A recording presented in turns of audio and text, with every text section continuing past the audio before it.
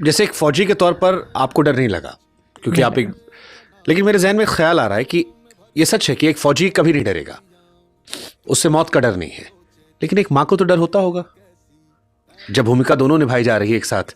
एक छोटा बच्चा साथ में भी है, एक बच्चा पेट में भी है। वो पेट वाला स्पेशली एबल्ड भी हो सकता है क्योंकि इतने हालात हैं, शोर शराबा, भाग दौड़, प्रेशर, टेंशन, जिन चीज़ों से प्रेगनेंसी मना किया जाता है। कभी लगा कि एक माँ के तौर पर आप अपने बच्चे की लाइफ पर रिस्क ले रहे हो?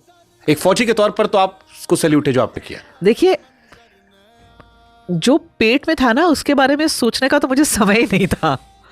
एक्चुअली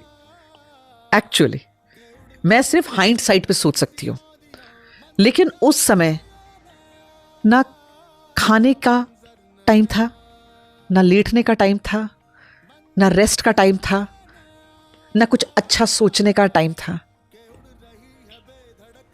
वो सिर्फ काम करने का टाइम था।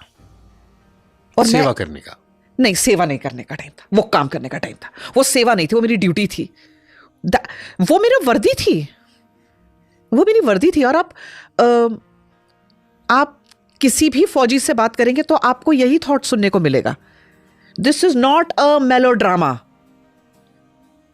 दिस इज ड्यूटी, और ये ऑप्शनल नहीं है। मुझे चिंता थी उस बच्चे की जो मेरे साथ था, जो दिख रहा था। जब मेरे हस्बैंड द्रास सेक्टर के लिए मूव कर रहे थे तो मेरे आंख से आंसू आया। मैंने उनको गले से लगाया, उन्होंने मुझे बहुत जोर से पकड़ लिया।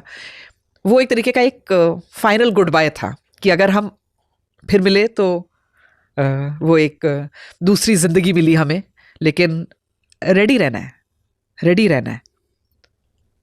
और बेटे को उन्होंने उठाया, उसको प्यार किया, और जब वो निकले तो मेरे आंख से आंसू निकलाए।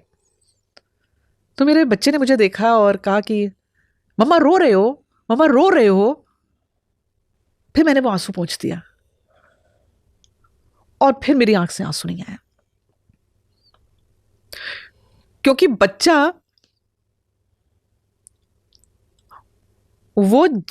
वो उस समय एक ऐसे माहौल में था जहां वो सिर्फ हर एक से यही बोल रहा था, हम जीतेंगे। तो छोटा सा बच्चा, भैया आप लड़ने जा रहे हो, हम जीतेंगे।